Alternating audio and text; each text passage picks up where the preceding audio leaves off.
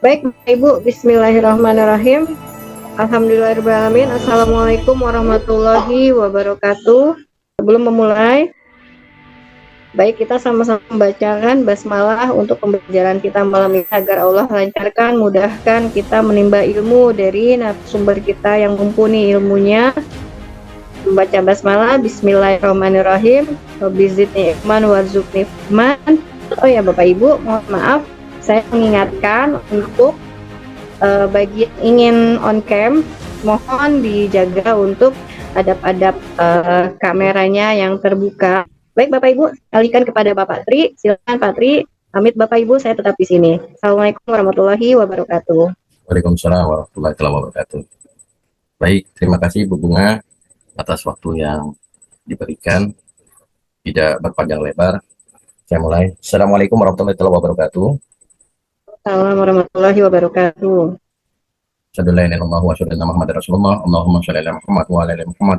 La haula wala quwata illa billah. Selamat malam Bapak Ibu semua yang dengan semangat belajar terlibat ilmu. Hari ini kita akan mendapatkan pencerahan nih tentang bekam, efektivitas terapi bekam, ruqyah terhadap tekanan darah dan detak jantung. Nah, ini yang nanti akan dipaparkan oleh Dr.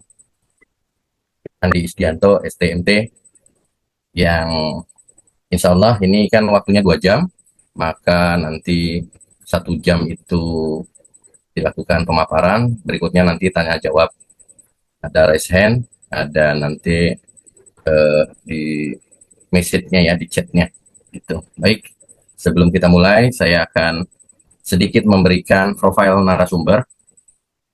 Nama narasumber lengkap Dr. Andi Isdianto STMT, lektor penata 3C, bidang keahlian sistem sosial, ekologi, pesisir, serta pengobatan Islam. Ya, karena hari ini kita bicara tentang pengobatan Islam ya, kalian beliau, maka saya akan menyampaikan pengalaman organisasi beliau sekaligus praktek beliau. Yang pertama adalah tergabung di Rehapati Foundation. Yang kedua, pengalaman organisasi adalah di Perkumpulan Bekam Indonesia. Yang ketiga itu adalah Perhimpunan Penyehat Tradisional Kesehatan Syariah Indonesia, yang kebetulan beliau di ketua litbangnya. Untuk S1 beliau itu di Universitas Brawijaya, bidang ilmu perencanaan wilayah dan kota. S2-nya di ITS, Institut Teknologi 10 di Institut Teknologi 10 November Surabaya, bidang ilmu teknik manajemen pantai. S3-nya di Universitas Brawijaya kembali dengan ilmu lingkungan. Jadi itu sedikit profil beliau. Jadi mungkin nanti ada yang mau tanya kenapa tuh jadi dari dosen ahli lingkungan gitu ya, kemudian monggo Pak Andi. Baik, Assalamualaikum warahmatullahi wabarakatuh. Waalaikumsalam warahmatullahi wabarakatuh. Selamat malam semuanya dan salam hormat untuk para senior ini. Saya termasuk Bapak Sekretaris kami di LKMUI di pengobat tradisional. Jadi saya juga kaget ini tadi ternyata moderatornya adalah beliau. Seharusnya beliau yang berbicara di sini, bukan saya. Dan saya sedikit mengulik ini, saya banyak senior-senior ini luar biasa.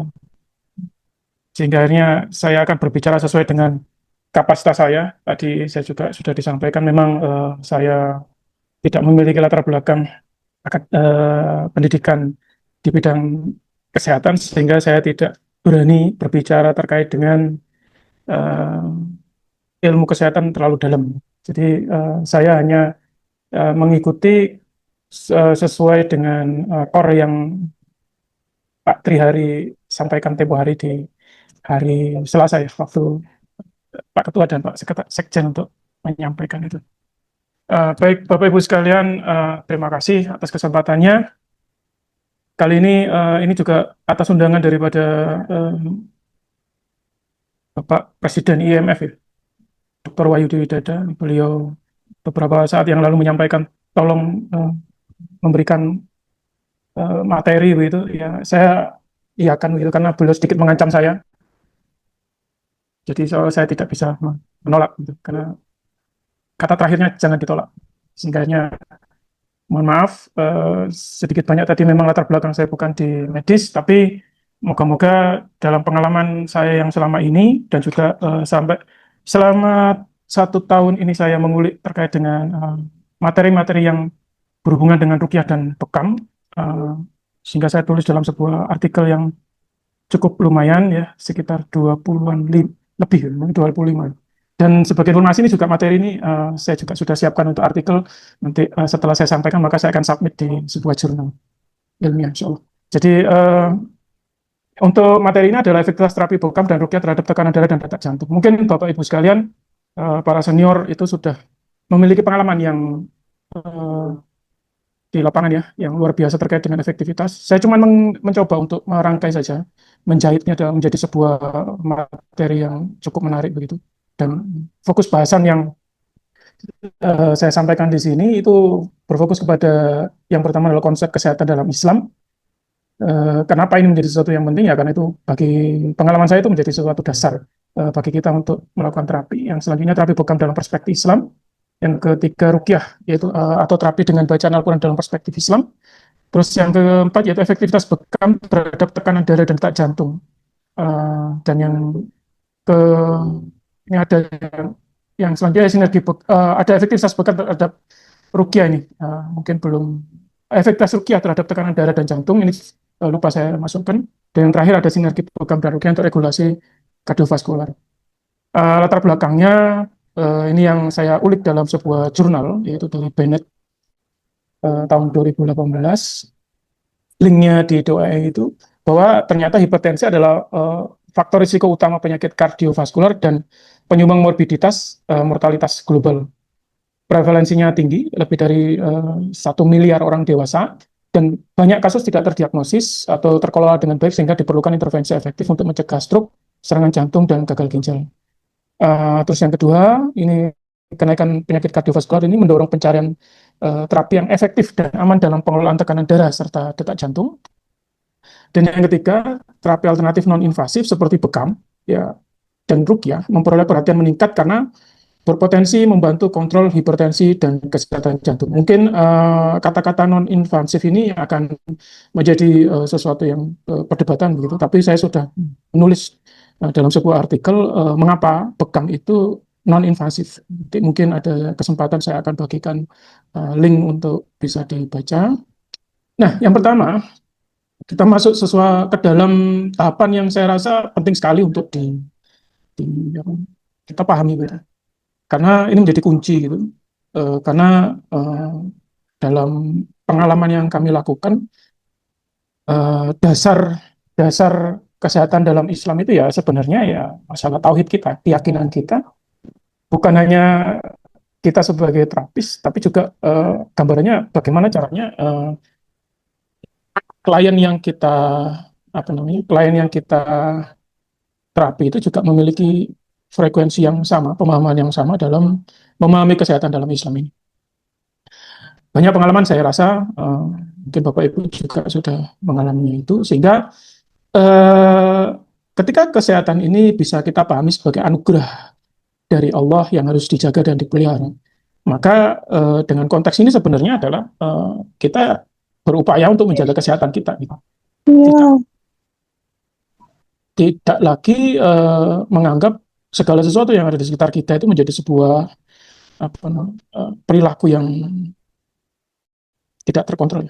Mungkin itu, tapi saya tidak berani masuk ke ranah tapi ke sana ya, karena memang bukan bidang saya, gizi dan sebagainya. Cuman yang perlu ditegaskan adalah lifestyle sebenarnya. Kata kunci yang perlu disampaikan itu lifestyle. Lifestyle yang bagaimana? Ya ini, kita masuk ke ranah yang kedua, yaitu Islam menekankan pentingnya keseimbangan antara tubuh, pikiran, dan jiwa sebagai elemen utama dalam menjaga kondisi kesehatan yang optimal. Saya rasa banyak sekali yang sudah menyampaikan, mungkin pemateri-pemateri sebelumnya, termasuk yang seharusnya saya di pekan kemarin ya, Ustadz Nuruddin Al-Indonesia yang bergeser di waktu kemarin itu juga awalnya bergerak dalam dunia konteks pengobatan tradisional, tapi sekarang masuk ke ranah kesehatan fisik. Ada keterhubungan, ada sebenarnya. Cuman untuk menjelaskan mungkin banyak sekali. Saya juga diminta gabung sama Dr. Wahyu Diwidada dalam Dewan Pakar ARSI, itu saya luar biasa mencoba untuk merajut hubungan antara gangguan jin dengan kesehatan fisik itu, karena di dalamnya banyak pakar-pakar yang backgroundnya memang kesehatan. Itu saya rasa itu luar biasa, dan ini menjadi novelty sebenarnya, celah yang bisa kita masuki, dan sampai detik ini menjadi sisi yang perlu untuk kita gali, mau dari sudut pandang manapun konteksnya akan masuk ke arah sana. Dan yang terpenting adalah perintah untuk menjaga kesehatan yang dapat ditemukan dalam ayat suci Al-Quran dan berbagai macam hadis yang mendorong umat Islam untuk mengikuti pola hidup sehat serta menjaga kebersihan. Saya ingat sekali tahun berapa ya? 2014 atau 13 gitu. Saya punya kedatangan tamu dari Nusa Tenggara Timur. Mereka semua adalah Katolik. Saya menjadi tuan rumah di Surabaya untuk sebuah seminar internasional gitu. Terus saya lupa, saya menyimpan kitab dari hadis Bukhari kalau nggak salah, dari cetakan pemerintah Qatar itu di mobil saya. Ada orang 6 atau 7 dalam mobil itu, dan akhirnya karena mungkin bosan macet dan sebagainya, akhirnya mereka membaca itu dan mereka terkejut ya. Sampai beliau bertanya kepada saya, Mas Andi, ini makan saja diatur dengan tangan kanan. Iya, saya harus duduk. Iya, sesuai dengan konteks itu, karena yang dibaca adalah hadis dan ada terjemahnya dalam bahasa Indonesia. Nah, itu ternyata menjadi pengalaman yang luar biasa bagi sahabat saya, saudara saya yang non Muslim itu. Mereka baru tahu bahwa ternyata sedetail itu, kalimat yang muncul dalam mulut mereka adalah sedetail itu. Islam mengatur apa namanya, mengatur cara berkehidupan umatnya, dan itu tidak dimiliki di mana, di beliau gitu ya. Nah, sebagai catatan, mereka adalah uh, calon pas kuliah sekolah di apa itu namanya, Fratern atau apa ya.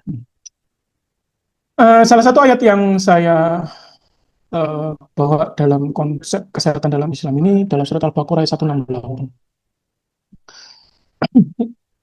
Di sini di surat Al-Baqarah ini, khususnya 168 ini, sudah sangat jelas, makanlah yang halal lagi baik dari apa yang terdapat di bumi.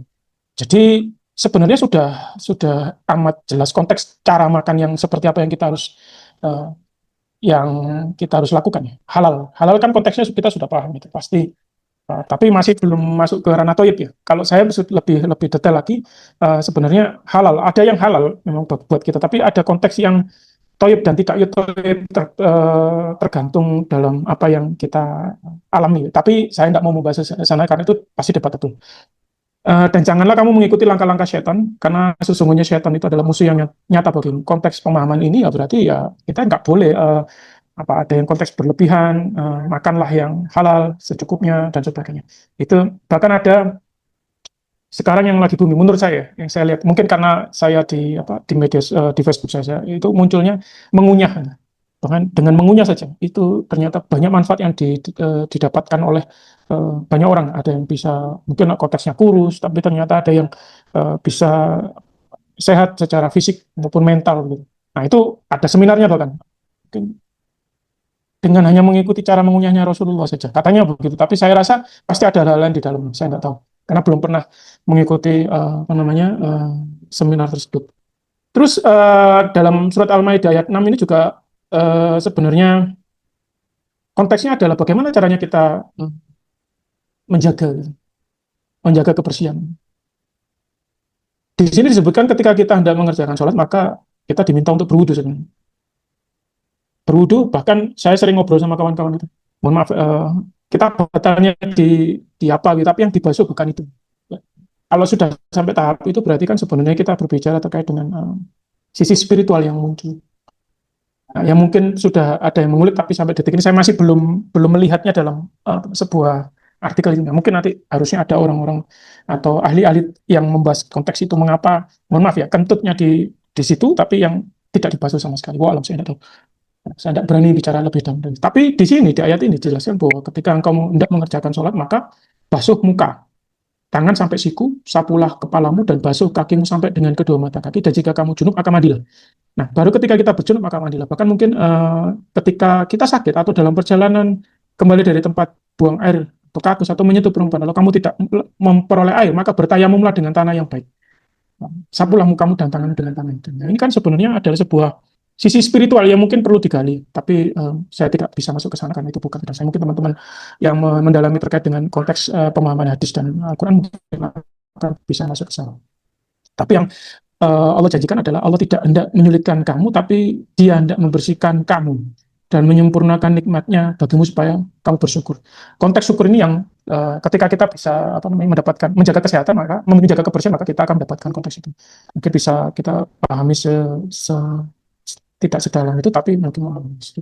Dan dalam sebuah hadis Bukhari dan Muslim, Rasulullah Muhammad mengatakan, ini yang lebih tepat adalah sebenarnya dalam hadis ini yang saya pahami, yang saya baca adalah bahwa ada hak tubuh yang harus kita jaga. Berarti apa saja? Ya konteksnya ya bisa makanan, bisa macam-macam gitu. Ada yang bisa kita hal yang lain ya. Ada yang bersifat dimensi spiritual, ini juga bisa mengarah ke sana. Dan pastinya ini dampaknya ke kesehatan fisik dan mental gitu. Karena banyak ada hal-hal yang kalau kita membahas tentang hak untuk tubuh yang kita jaga, misalkan ada konteks yang ada sebuah cerita yang ketika kita bercermin kita harus membaca doa bercermin, karena ternyata ada jin yang masuk ke dalam tubuh kita ketika kita bercermin, dan doa itu adalah sebuah tirai.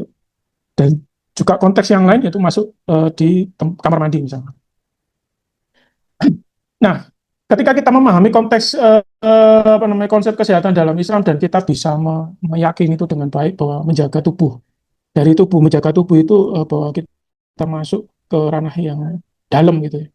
Atau bahkan kemarin itu saya meruqyah orang Mesir dan mahasiswa Mesir S3 di Brawijaya, dan juga ada satu guru yang saya hanya menyampaikan bahwa sampai dalam sebuah pemahaman dasar wa ma khalaqtul jinna wal insa illa liya'budun, maka tidaklah kuciptakan jin dan manusia itu melainkan beribadah kepada Allah.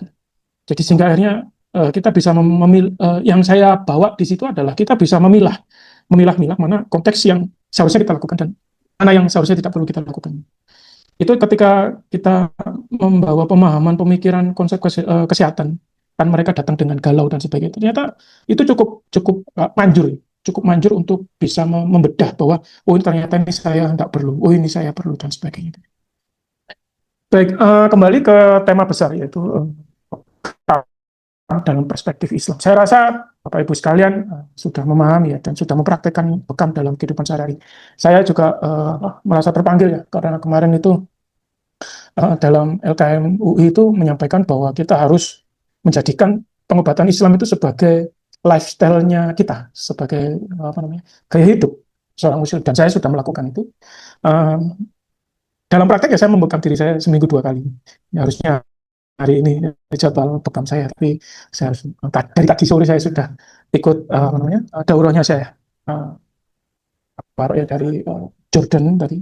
Mohon maaf tadi saya sedikit terlambat karena yang di sana baru selesai sehingga saya bisa masuk di sini.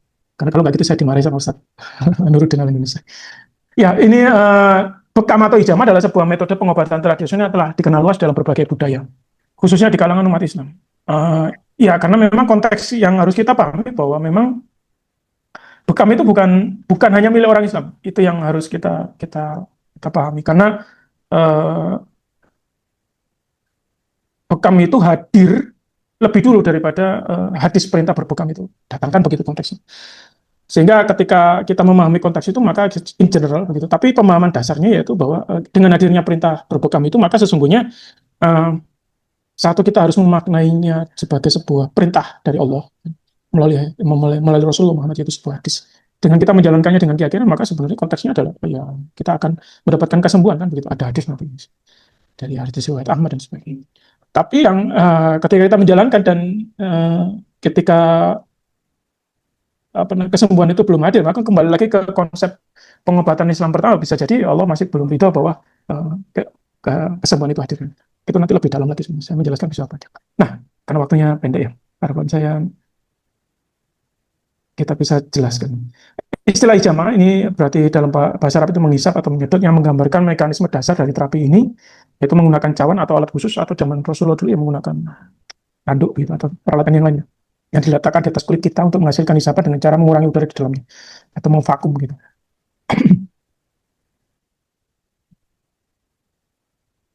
Nah, dalam ini yang tadi kaitannya dengan sebuah hadis riwayat dari Abu Daud dan Ibnu Majah, bahwa disebutkan bahwa ya di sini ngomong sesungguhnya sebaik-baik apa yang kalian lakukan untuk mengobati penyakit adalah dengan melakukan bekam.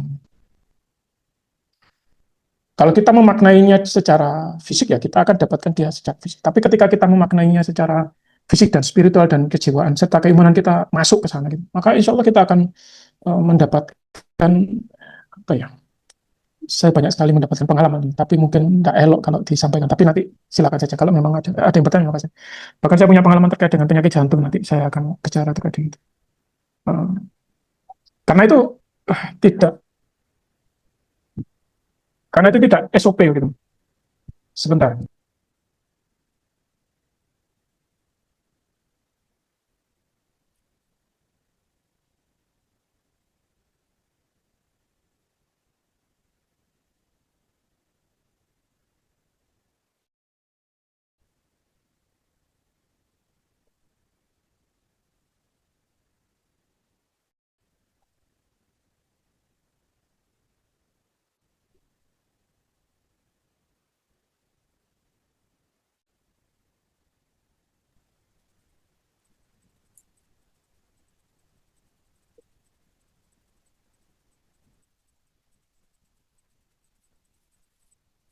Nah,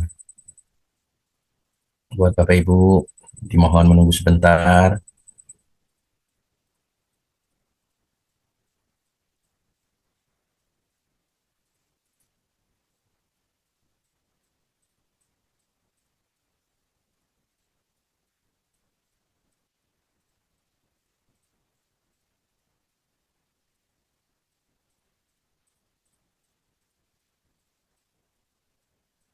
Kita masuk ke tahapan berikutnya. Nah, hadis dari Jabir bin Abdullah juga menceritakan terkait dengan pengalaman beliau berbekam yang menunjukkan keutamaan daripada berbekam ini manfaatnya juga ya. Dari sini kan dari hadis ini kita bisa uh, melihat sebuah tuntutan cerita ketika beliau mendatangi sahabat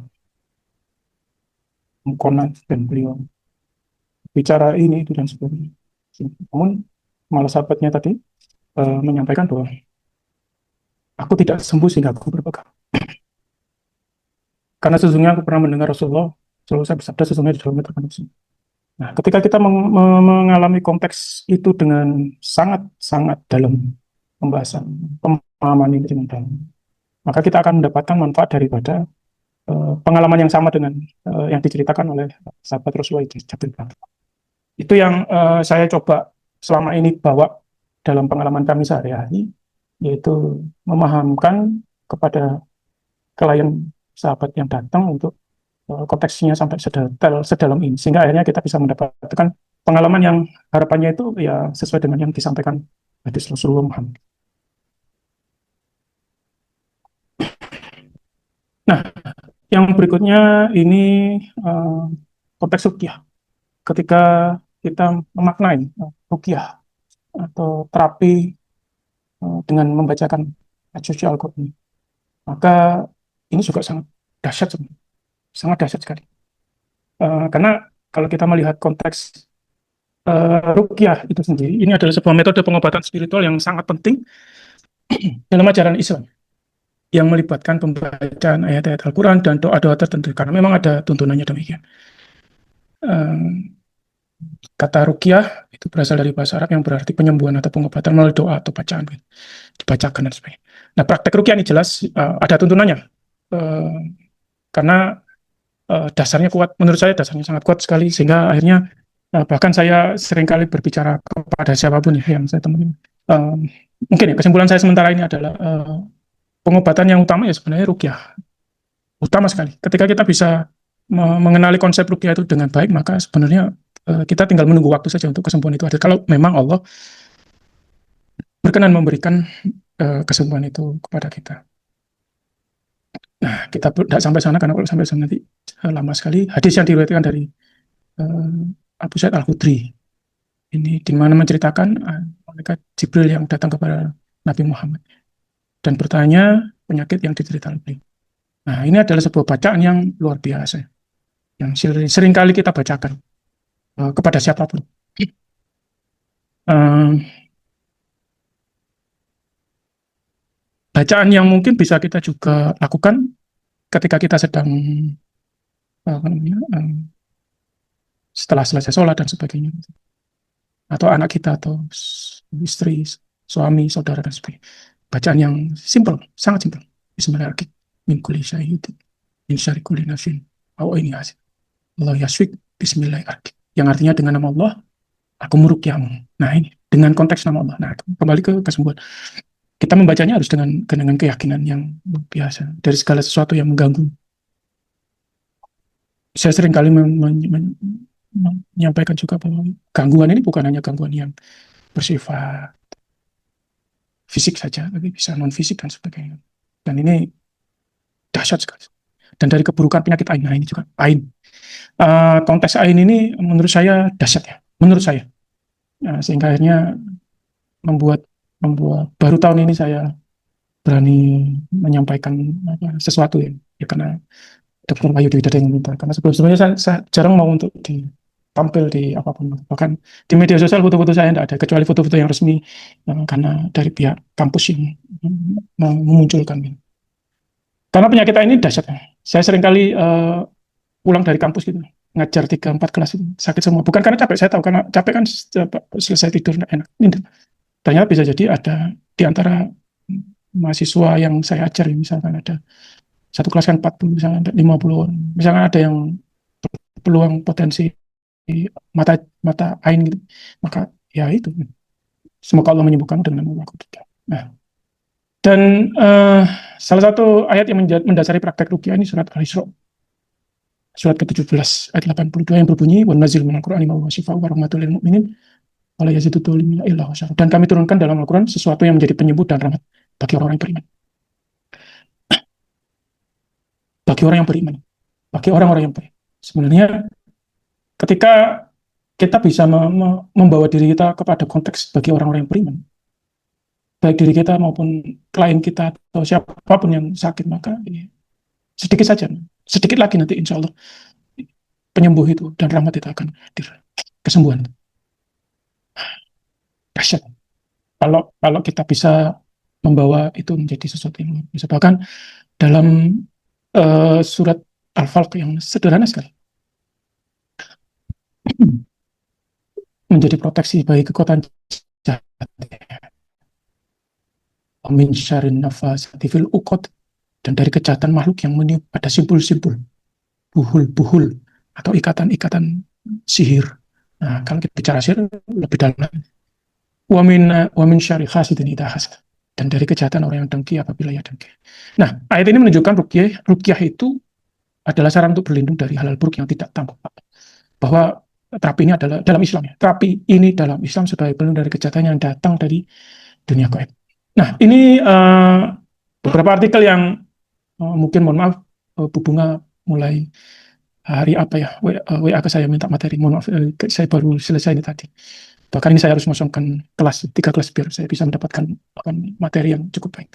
Ini saya mengumpulkan berbagai artikel gitu dan mencoba untuk menjadikan ini sebuah dasar gitu ya untuk kita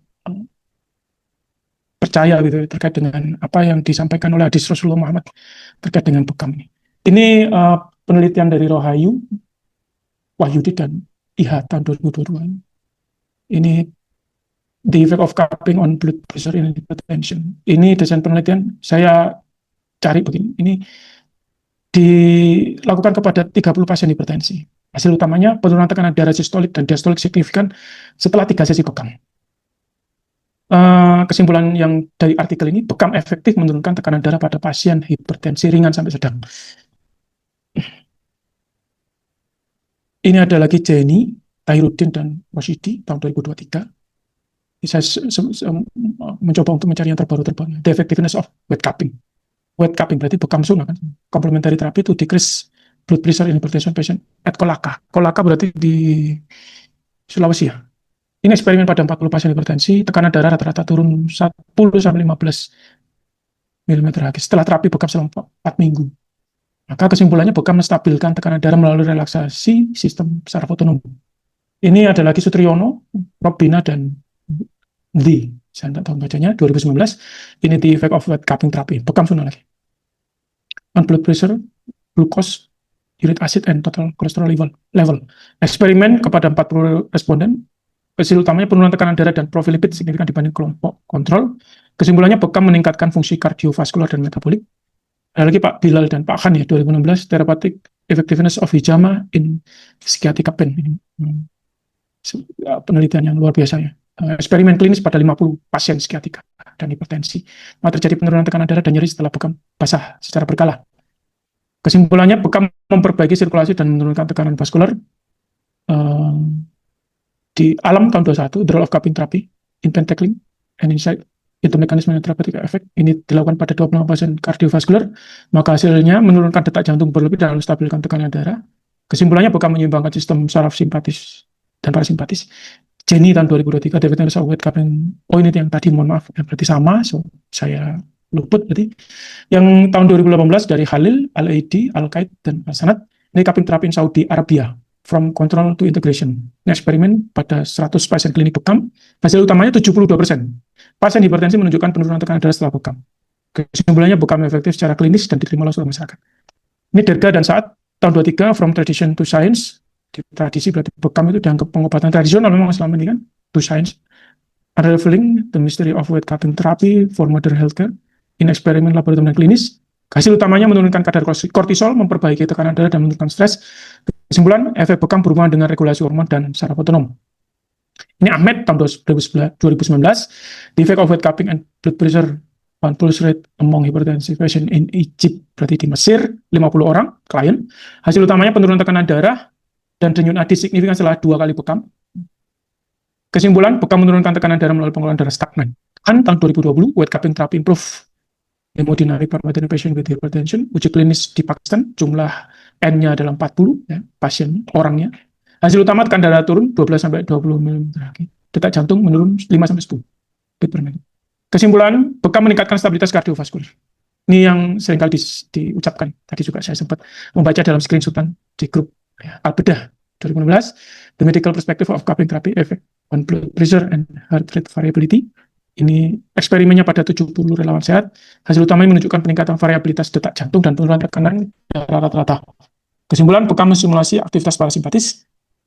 El Sayed, ini 2013, Therapeutic Benefit of Wet Cupping Therapy in Hypertension and Cardiac Stress, di Mesir juga, 60 orang. Hasil utama penurunan tekanan darah 8-12, tadi kan 12-20. Ya, dan perbaikan detak jantung setelah terapi. Maka kesimpulannya bekam menurunkan beban jantung dan meningkatkan perfusi jaringan.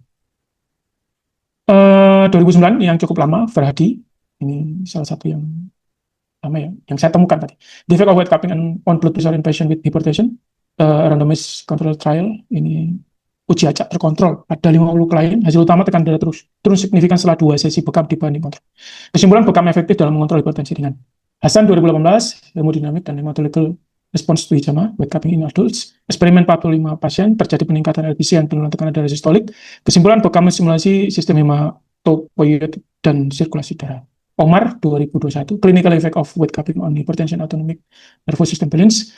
Ini eksperimen terhadap 35 pasien hipertensi. Hasil utama aktivitas parasimpatik meningkat, tekanan darah dan jantungnya menurun. Kesimpulan, bekam menormalkan sistem otonom dan menurunkan tekanan darah secara fisiologis. Ini yang ruqyah, ini juga efek kepada tekanan darah dan jantung. Ini dari penelitian tahun 2025 dari Nur, Safik, dan Fatima. Ini effect of the Holy Quran recitation on the physiological response in premature infant. Jadi ini bayi prematur 56 dengan usia rata-rata 12,5 sampai 4,3 hari ya. Dan usia kehamilan rata-rata sekian, maka parameter fisiologi dicatat ya, dan setelah dibacakan surat Ar-Rahman selama 20 setiap hari selama 3 hari berturut-turut. Hasil utama luar biasa ya. Ada perubahan signifikan ya kan, denyut jantungnya, terus juga laju pernafasannya menurun ya, saturasi oksigennya meningkat. Terus tidak ada ditemukan perubahan susu yang signifikan. Nah ini luar biasa, sehingga kesimpulan terapi bacaan Al-Quran secara signifikan meningkatkan stabilitas fisiologis pada bayi baru lahir prematur, terutama mereka yang memiliki tingkat kematangan lebih tinggi dan dapat berfungsi sebagai tambahan efektif dan non-invasif dalam perawatan. Jadi sebenarnya dari ini saja Al-Quran sudah cukup. Dari Rahman dan Husain tahun 21, case study of using Ruqyah complementary therapy on British Muslim. Jadi seorang British Muslim dengan cluster headache. Hasil utamanya ada penurunan tekanan darah, stres, dan nyeri kepala setelah Ruqyah. Kesimpulannya Ruqyah berfungsi menenangkan sistem saraf dan menurunkan tekanan darah. Ini Razali, Rahman, dan Husain 2018. Ini complementing treatment of major depressive disorder patient with Ruqyah Syariah therapy Malaysian case tadi. Jadi ini panjang. Kalau bisa download artikelnya bagus. Terjadi penurunan detak jantung dan peningkatan variabilitas jantung setelah Ruqyah. Kesimpulannya Ruqyah dapat mengurangi aktivitas simpatis dan memperbaiki kestabilan kardiovaskular. Peneliti berikutnya 2016 Adinata dan Idris, in effectiveness of Ruqyah Syariah on physical disease treatment in Rio Vince. Eksperimen 40 orang, hasil utamanya penurunan tekanan darah pada pasien hipertensi setelah terapi Ruqyah 2 minggu. Setelah terapi Ruqyah rutin selama 2 minggu. Kesimpulannya Ruqyah memberikan efek relaksasi dan menormalkan tekanan darah. Dan saya rasa ini nanti bisa Anda baca sendiri, saya rasa luar biasa. Ismail Ghazali yang ini juga bahkan ini mohon maaf menghafal Al-Quran ini juga dikembangkan sebagai aktivitas pelatihan modulasi simpatofokal yang efektif. Ini eksperimen pada 16 orang tahfiz dan 16 siswa non tahfiz. Ini juga sama. Ada yang ini hipertensi, Draman ya. Jadi penurunan tekanan darah. Ini ULA 2024. Ini the effect of listening Al-Quran di on anxiety of pregnant women ini with preeclampsia. Jadi ada 11 wanita hamil dengan hipertensi ringan, ternyata mendengarkan murotal Al-Quran dapat menurunkan kecemasan ibu hamil dengan preeklamsia ringan dan berat. Ini juga sama, ya. Jadi saya pilih yang unik-unik begitu. Ini Zulkifli, effect of listening to Quran recitation and natur sound. Jadi membandingkan antara Quran recitation dibacakan ayat suci Al-Quran dan natur sound preoperative anxiety among patient undergoing surgery. Mengingatkan 15 menit lagi iya, paparannya. Saya pengennya sampai 9:30 biar gak ada tanya jawab. Biar pertanyaannya sedikit. Ini 81 pasien bedah. Ini ternyata mendengarkan Al-Quran atau suara alam efektif dalam mengurangi kecemasan praoperasi. Namun perbandingan langsung tidak menemukan perbedaan yang signifikan. Tapi ada juga sebenarnya yang musik ya, tapi saya tidak masukkan. Tapi ada juga ada artikel yang menarik sekali. Mungkin saya masukkan apa enggak ya? Ini student emotion itu juga sama 2018. Ini eksperimen terhadap satu mahasiswa saja. Ada 4 sesi terapi Ruqyah 30 menit. Terus ternyata dihitung HRV-nya sebelum dan sesudah sesi. Ya. Ternyata kesimpulannya bacaan Al-Quran membantu mahasiswa mengurangi stres, ketegangan dan kecemasan. Maka ini bisa jadi dasar bahwa Ruqyah itu bisa panjang. Ini teman-teman ada juga yang Ruqyah sampai 2 jam, 3 jam gitu. Yang memang efeknya dahsyat. Ini Apriliani, ini di Indonesia, aplikasi terapi murotal Al-Quran terhadap tekanan darah pada penderita hipertensi di Nagrek, Cianjur. Ini kepada 1 orang. Ini menarik ya. Ternyata ada dibacakan terapi murotal Al-Quran 7 hari berturut-turut, ternyata dampaknya turun ya setiap harinya sampai di hari ke-7 menjadi 120/90. Jadi ternyata mendengarkan saja sudah dahsyat. Nah, ini yang saya sampaikan sebenarnya sinergi bekam dan Ruqyah untuk regulasi kardiovaskuler. Bekam atau hijamah dan Ruqyah merupakan praktek komplementer yang saya kasih bila diterapkan terstandar. Ini dapat saling menguatkan dalam pengendalian tekanan darah dan stabilisasi detak jantung. Kenapa demikian? Karena ternyata ada banyak variasi protokol. Banyak teman-teman yang masih berdebat terkait dengan titiknya di mana saja, terus durasi pembekaman seperti apa, bahkan perlukan berapa kali, tekniknya seperti apa, itu ternyata debatable sampai detik ini. Dan bagi saya itu menjadi sesuatu yang menarik ya, karena bisa menjadi sarana untuk penelitian lebih lanjut. Sehingga apakah perlu ada standarisasi? Ya monggo saja kalau memang ternyata nanti dari LKM UI bisa menetapkan standar gitu, terkait dengan bagaimana pengobatan tradisional bekam gitu. Terus ini dasarnya ada dari Alberta 2015, use of bed cupping for persistent non-specific low back pain, randomized control clinical trial. Jadi di random begitu cara menterapinya. Terus ada lagi Halil ya et al 2018. Ini di penelitian cupping terapi in Saudi Arabia, from control to integration. Ini artinya menegaskan adanya SOP yang bagus, karena memang di Arab Saudi kan harus ada SOP yang tegas. Nah, ini mohon maaf, yang berikutnya itu Ruqyah. Ini terutama memodulasi stres, yaitu ini dapat menggeser keseimbangan tubuh ke arah parasimpatis sehingga menenangkan detak jantung dan berpotensi menurunkan tekanan darah. Berpotensi, ya. Keunggulannya ya non-invasif, berbiaya rendah. Kenapa berbiaya rendah? Tadi Syekh Buba menyampaikan bahwa Ruqyah itu sebenarnya utamanya mandiri gitu. Terus juga utamanya dilakukan oleh orang-orang terdekat gitu, istrinya, suaminya, anaknya, karena itu terkait dengan doa, terkait dengan ya, eh, keinginan yang kuat begitu. Misalkan akhirnya Allah ijabah jadi lebih dahsyat begitu hasilnya menurut. Cuman kan yang terjadi kan enggak ya di masyarakat kita kan enggak. Dan aplikatif lintas konteks termasuk bisa diterapkan di ibu-ibu hamil dan praoperasi dan apapun. Karena memang tidak ada tindakan yang seperti bekam yang lebih rumit gitu. Tapi bukti masih didominasi studi berskala kecil atau kurang kontrol. Kayak tadi kan dia 1 orang, 2 orang aja, gitu. Nggak terlalu banyak. Sehingga uji acak berkualitas ini tetap dibutuhkan. Nah, ini salah satunya yang saya rujuk adalah dari artikel Razali dan Tahir tahun 2018, The Role of Psychiatrist and Muslim Family Healer in Mental Health Issue. Dan saya di sini mencoba untuk memberikan gagasan gitu ya, entah ini diterima atau tidak. Integrasi bekam rukyah itu layak diposisikan sebagai strategi holistik pada sumbu neurokardioendokrin. Caranya bagaimana? Ya, misalkan rukyah, ya, karena ini terkait dengan SOP misalkan, kita tidak bisa misalkan rukyah dianggap sebagai sesuatu yang tidak bisa berbarengan dengan bekam basah misalkan, atau bekam sunnah misalkan. Maka rukyah ini dilakukan kurang lebih 15-20 menit sebelum dilakukan tindakan bekam untuk menurunkan kecemasan atau depresi psikiatritis. Misalkan begitu. Misalnya dibacakan surat Al-Fatihah, ayat kursi, atau Al-Baqarah kalau saya baru tadi, Al-Ikhlas, Al-Falaq, An-Nas, Al-Kafirun, dan sebagainya. Atau ayat-ayat yang lain, monggo silakan. Misalnya 3 ayat terakhir di Al-Baqarah, silakan saja. Nah, itu kita. Atau misalnya ternyata ada indikasi sihir, ya bacakan saja ayat sihir, misalnya Al-Baqarah 102. Misalnya. Atau misalnya terkait dengan kejiwaan, misalnya bacakan surat Al-Baqarah ayat 1-10 misalnya.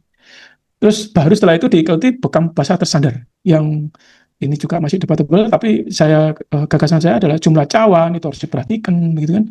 Karena ini integrasi ya, titik aman apa saja, di mana saja dan sebagainya, durasi, ya, asepsis, dan yang ini guna menghasilkan manfaat hemodinamik yang secara langsung.